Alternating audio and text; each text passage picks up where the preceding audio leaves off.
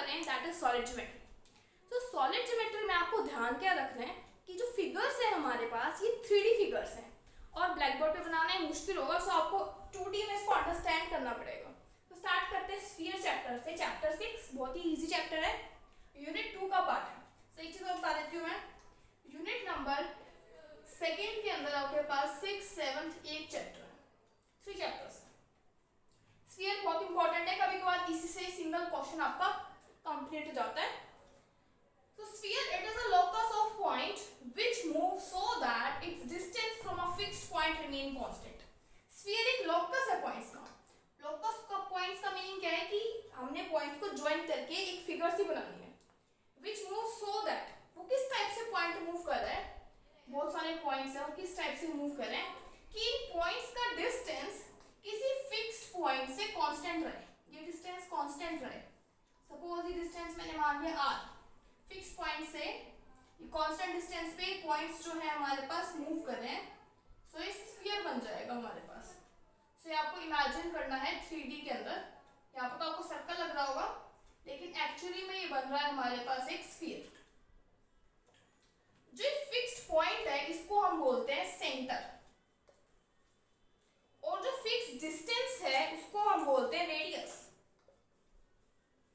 तो दोनों चीजें आपको पता होनी चाहिए, फिक्स पॉइंट क्या है एंड हमारे पास सेंटर क्या है। अब हम बात करते हैं equation of sphere. Equation of sphere हम फर्स्ट डिस्कस करेंगे स्टैंडर्ड फॉर्म के अंदर।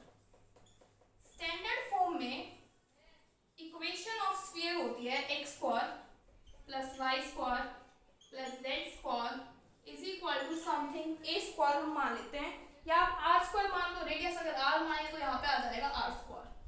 मीन कुछ इस टाइप का हमारे पास स्फीयर होता है। इसका प्रूफ देखते हैं कि ये कैसे होता है हमारे पास। प्रूफ के लिए, और जो स्टैंडर्ड फॉर्म का स्फीयर है ये ओरिजिन से पास करता है, ठीक है। अब हम देखते हैं इसकी फिगर। ये स्फीयर हो गया, इसका सेंटर ओरिजिन है हमारे पास, और ये कोई पॉइंट है एक्स वाई जेड, इस टाइप से मूव कर रहा है कि एक स्फीयर बन जाए, एंड हमें इसका इक्वेशन पता करनी है। सेंटर आपको दे रखा है स्फीयर का 0, 0, 0। देखिए एक पॉइंट दे रखा है एंड पी डिस्टेंस दे रखा है। इस पॉइंट को हम नाम दे देते हैं O। जो OP है वो हम निकाल सकते हैं, डिस्टेंस है ये between 2 points O and P। OP हमारे पास डिस्टेंस है OP के पॉइंट्स के बीच में। सो यहाँ से इक्वेशन क्या आएगी, डिस्टेंस फॉर्मूले से under root of first point minus second point का whole square plus second point minus second coordinate y coordinate की सब्ट्रैक्शन का whole square plus z minus 0 का होल स्क्वायर। अब जो डिस्टेंस है OP, ये बेसिकली रेडियस का काम करेगी स्फीयर के लिए। सो OP डिस्टेंस किसके इक्वल है, r के इक्वल है। So this is equal to r।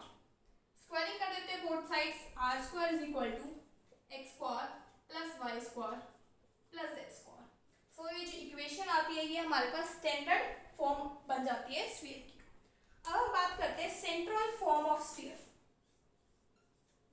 Central form of sphere, जो सेंट्रल फॉर्म है स्फीयर की, जहां पे हमारे पास सेंटर कोई भी आर्बिट्रेरी पॉइंट होता है, सपोज ABC है, सेंटर ABC है। सो यहाँ पे हम चेंज कर लेते हैं, ये हमने नाम दे दिया C, ये सेंटर है ABC। पॉइंट इस टाइप से मूव कर रहा है कि वो स्फीयर बन रहा है, उसका लॉकस स्फीयर बन रहा है। तो सेंट्रल फॉर्म की इक्वेशन होती है बेसिकली x माइनस a का whole square plus y minus b का whole square plus z minus c का whole square is equal to r square. So again हमें प्रोसीजर क्या है, हम कैलकुलेट करेंगे डिस्टेंस CP। कैसे करेंगे, अंडर रूट ऑफ डिस्टेंस फॉर्मूले से x माइनस a का whole square plus y minus b का whole square plus z minus c का होल स्क्वायर। CP जो डिस्टेंस है वो रेडियस के इक्वल है, तो इसको इक्वेट कर देते हैं r के इक्वल। स्क्वायरिंग करते हैं both sides, so x minus a का whole square plus y minus b का whole square plus z minus c का whole square is equal to r square. So ये इक्वेशन आ जाती है हमारे पास स्फीयर की सेंट्रल फॉर्म में और स्टैंडर्ड फॉर्म में, दोनों आपको ध्यान रखनी है। सो देखिए जो हमारे पास सेंट्रल फॉर्म की इक्वेशन आई थी वो आई थी x माइनस ए का whole square plus y minus b का whole square plus z minus c का whole square is equal to r square. Square से ओपन अप करते हैं, यह आ जाएगा x square plus a square minus 2ax। थोड़ी सी टर्म्स को ना सेपरेट करके लिख लेते हैं यहीं पे। फर्स्ट होल स्क्वायर ओपन करने के बाद ये तीन टर्म्स आई। Next whole square open up करते हैं, यह आ जाएगा y square minus 2bx plus B square. Next whole square open up करते हैं, यह आ जाएगा z square minus 2cz plus सी स्क्वायर। आर स्क्वायर को राइट हैंड साइड में ले आके माइनस में लिख लेते हैं। सो ये हमारे पास इक्वेशन आ जाती है स्फीयर की ओपन अप करके जस्ट। अब इस इक्वेशन में हमें थोड़ा सा आइडेंटिफिकेशन करनी है, कुछ रिमार्क्स गिवन है। जो स्फीयर की इक्वेशन होती है उसमें सेकंड डिग्री की टर्म्स होती हैं। हाईएस्ट डिग्री क्या है? Second. And coefficient of x square y square z square same होते हैं। 1 1 1 है यहाँ पे। अगर कुछ और भी है, सपोज 9 दे रखा है, तो जो 9 है आप उसको डिवाइड कर दीजिए पूरी इक्वेशन से, तो 1 1 1 आ जाएगा। कहने की बात ये स्फीयर तभी बनेगा जब कोफिशिएंट हमारे पास x square y square z square के सेम हो। इस इक्वेशन के अंदर कोई भी टर्म हमारे पास एक्स वाई की नहीं है, वाई जेड की नहीं है और एक्स जेड की भी नहीं है। तो जो हमारे पास स्फीयर होता है उस स्फीयर में ये तीनों टर्म्स अवेलेबल नहीं होती। अब यहाँ पे हम बात करते हैं जनरल फॉर्म स्फीयर की इक्वेशन की, जो हम क्वेश्चंस में यूज करेंगे। सो क्वेश्चंस में हम यूज करेंगे general equation X square plus Y square plus Z square 2ux plus 2vy plus 2wz plus d is equal to 0। जो भी गिवन इक्वेशन होगी हम उसको इससे कंपेयर करेंगे। कंपेयर करने के बाद सेंटर कैसे निकालेंगे, रेडियस कैसे निकालेंगे, क्योंकि मेन इक्वेशन तो हमारे पास ये है स्फीयर की। तो इससे इसको कंपेयर करेंगे। देखिए कैसे, अगर हम यहाँ से कंपेयर करें तो u की वैल्यू आएगी माइनस है, v की वैल्यू आएगी माइनस p, w की वैल्यू आएगी माइनस c और ये वाला सारा d है। So d is equal to A square plus B square plus C square minus R square. देखिए जो सेंटर, अगर मैं आपको इससे बात करूं, इस इक्वेशन की इस सेंट्रल फॉर्म का सेंटर था ए बी सी, ये सेंटर था। तो सेंटर ए बी सी को हम यू वी डब्ल्यू की टर्म्स में लिखें, सो ये आ जाएगा हमारे पास minus you minus we minus डब्ल्यू। यहाँ से अगर हम ए की वैल्यू आ जाएगी माइनस यू, बी की वैल्यू आ जाएगी माइनस वी एंड सी की वैल्यू आ जाएगी माइनस डब्ल्यू। तो ये सेंटर आ जाएगा और रेडियस हम यहाँ से निकाल सकते हैं इस इक्वेशन से। इक्वेशन आ जाएगी r square is equal to A square plus B square plus C square minus d. R square को right hand side left hand side में ले आए एंड डी को राइट हैंड साइड में ले गए। सो यहाँ से हमारे पास आर भी निकल जाएगा। सो आपको क्वेश्चंस में ये इक्वेशन यूज करनी है। अगर आपको नहीं समझ आया तो जब हम क्वेश्चंस करेंगे तो आपको ये क्लियर हो जाएगा। नेक्स्ट आता है diameter form of equation of sphere. Diameter form क्या कहती है?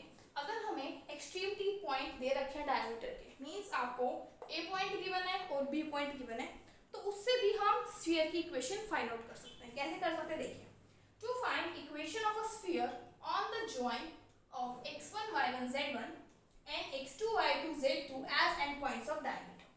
सो एंड पॉइंट दे रखे हैं, तो हम लेट कर लेते हैं। लेट ए पॉइंट है x1 y1 z1 और बीच में कॉमा लगा देते हैं, एंड बी पॉइंट है x2 y2 z2। Be the,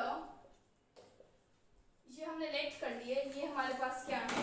and points हैं डायमीटर के। Be the end points of diameter of sphere. ये हमने लेट कर लिए डायमीटर के पॉइंट्स हैं। तो यहाँ पे हम लिख लेते हैं ए पॉइंट है x1 y1 z1, B point है x2 y2 and z2, P point x y z हमने यहाँ पे लेट कर दिया। तो आप लिख लीजिए एंड जो P पॉइंट है वो है x y z। ये हमने कोई आर्बिट्रेरी पॉइंट ले लिया, be any point on sphere. अगर आपने प्रीवियस क्लासेस में ये चीज पढ़ी हो कि जो डायमीटर होता है वो किसी भी हमारे पास पॉइंट लेना आउटसाइड तो 90 डिग्री बनते हैं बनेंगे। तो आप लिखोगे therefore AP is perpendicular to BP। ये परपेंडिकुलर, एपी बीपी के परपेंडिकुलर रीजन निकलो, क्योंकि एंगल ए पी बी जो है वो हमारे पास 90 डिग्री का एंगल फॉर्म हो रहा है। अब देखिए एज ए परपेंडिकुलर है तो एपी के डायरेक्शन रेशियोज एंड बीपी के डायरेक्शन रेशियोज का प्रोडक्ट हमारे पास 0 होगा। सो यहाँ पर हम लिखते हैं डायरेक्शन कोसाइन, मान लो डायरेक्शन कोसाइन ऑफ एपी, ठीक है। तो डायरेक्शन कोसाइन हमारे पास क्या बनेंगे एपी के, ए पॉइंट ये पी पॉइंट ये से आ जाएगा x minus X one comma y minus Y one comma z minus Z one, ये हमारे पास डायरेक्शन रेशियो आ चुके हैं एपी के। सिमिलरली डायरेक्शन कोसाइन रेशियो बोलूँ अगर कोसाइन है क्योंकि 2 पॉइंट से कोसाइन निकलते हैं। डायरेक्शन रेशियो ऑफ बीपी की बात करते हैं, ये आ जाएगा x minus X two comma y minus Y two comma z minus Z two. Now you write here as AP is perpendicular to BP, so यहाँ से हम क्या लिख सकते हैं कि दोनों की डायरेक्शन कोसाइन की प्रोडक्ट 0, सो मल्टीप्लाई करते हैं x minus X one into X minus X two plus next की मल्टीप्लाई करते हैं y minus Y one into Y minus Y two plus z minus Z one into Z minus Z two is equal to 0। तो basically क्या है यहाँ से हमारे पास स्फीयर की इक्वेशन आ जाएगी। देखिए 2 डिग्री की बनेगी इक्वेशन और कोफिशिएंट भी हमारे पास 1 होगा। तो डायमीटर के एंड पॉइंट से भी हम क्या कर सकते हैं स्फीयर की इक्वेशन कैलकुलेट कर सकते हैं। Now we will find the centre and radius for the sphere. जो जनरल इक्वेशन जो हमने अभी लिखी थी, और तो मैंने आपको वही बता दिया कि सेंटर क्या होता है रेडियस क्या होता है कंपेयर करके सेंट्रल इक्वेशन से। तो यहाँ पे एक डेरिवेशन भी है वो भी हम कर लेते हैं, सेम ही सेंटर आएगा और सेम रेडियस आएगी जो भी हमने डिस्कस किया था। To prove that the equation x square plus y square plus z square plus 2ux plus 2vy plus 2wz plus d is equal to 0 represent a sphere, एक sphere को represent करती है एंड फिर हमें इसकी centre और radius find out करना है। तो ये स्फीयर को रिप्रेजेंट करते हैं, ये कैसे शो करेंगे अगर हम इसको सेंट्रल फॉर्म बना दें। तो जो ये इक्वेशन है हमारे पास इस स्फीयर को कैसे रिप्रेजेंट करेगी अगर हम इसको सेंट्रल फॉर्म में लिख दें कि सेंट्रल फॉर्म की तरह लिखी जा रही है तो ये इक्वेशन बन जाएगी स्फीयर की।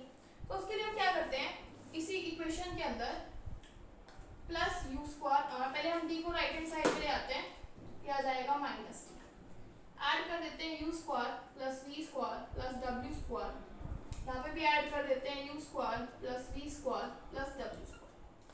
अब देखिए X square plus 2ux plus U square, इसको हमने एक साथ लिख लिया, plus Y square plus 2vy plus we square plus next हम आ जाएगी z square plus 2wz plus w square is equal to minus D plus U square plus we square plus w square. तो देखिए इस first term को हम लिख सकते हैं x प्लस यू का whole square plus y plus v का whole square plus z plus w का whole square is equal to right hand side में हम अंडर रूट लगा देते हैं और स्क्वायर लिख लेते हैं U square plus we square plus W square minus D. ऐसा हम क्यों कर रहे हैं अभी आपको पता लग जाएगा। नेक्स्ट स्टेप हम एक और कर लेते हैं, यहाँ पे हम लिख लेते हैं x minus of minus u complete का whole square plus y minus of minus v complete का whole square plus z minus of minus w complete का whole square is equal to under root of u square plus we square plus W square minus d का whole square. So now जो equation आई इसको हम compare करते हैं हमारी central form से, comparing with central form of sphere.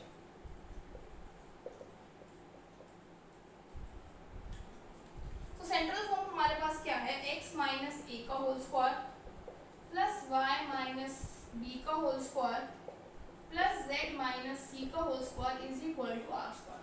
तो अगर हम कंपेयर करें तो ये वाली जो इक्वेशन थी हमने इसको इस फॉर्म में एक्सप्रेस कर दिया, देयरफॉर ये इक्वेशन बन जाती है स्फीयर।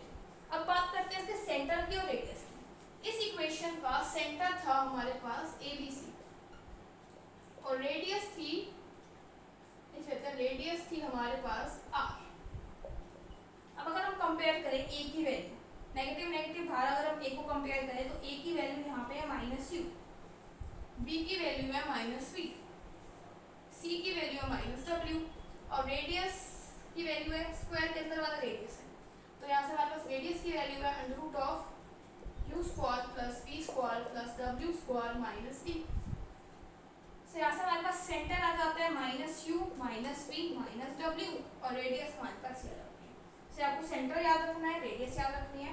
अभी हमने यही सेंटर और यही रेडियस निकाली थी। नाउ अब हम डिस्कस करते हैं वो इक्वेशन जिसमें e मल्टीप्लाई में आ जाए। नेक्स्ट हमें फाइंड आउट करना है रेडियस और सेंटर उस स्फीयर का जिसमें x2 y2 z2 के कोएफिशिएंट सेम है लेकिन कुछ वैल्यू है, सपोज a वैल्यू है। सो बेसिकली स्टेप सेम रहेगा, ये इक्वेशन है। हम यहाँ पे u square v square w square add करेंगे एंड राइट हैंड साइड में भी ऐड करेंगे। अब हम इस कंप्लीट इक्वेशन को डिवाइड कर देते हैं, dividing by a through out. पूरी इक्वेशन को हम a से डिवाइड कर देते हैं, से आ जाएगा x square plus y square plus z square plus 2u upon a x plus 2v upon a y 2w upon a z plus u square plus v square plus w square upon a minus d by a plus u square plus v square plus w square. इसमें से divide में लिख दिया। अब again हमें whole square बनाना है क्योंकि central form से कंपेयर करना है। तो इसको कोफिशिएंट है इसका हाफ और उसका स्क्वायर ऐड कर देते हैं। तो इसका हाफ हो जाएगा u बाई a। तो यहाँ पे हमने ऐड कर रखा है और वही चीज़ सब ऐड कर रखी है। ये स्टेप हमने पहले ही कर लिया। सो यहाँ से हमारे पास आ जाएगा, कंबाइन कर देते हैं x square plus 2u a upon x plus u square by a। u square by a से हमने इसको डिवाइड किया, ठीक है। प्लस नेक्स्ट हमारे पास यहाँ आ जाएगा y square plus 2v y upon a plus v square upon a square plus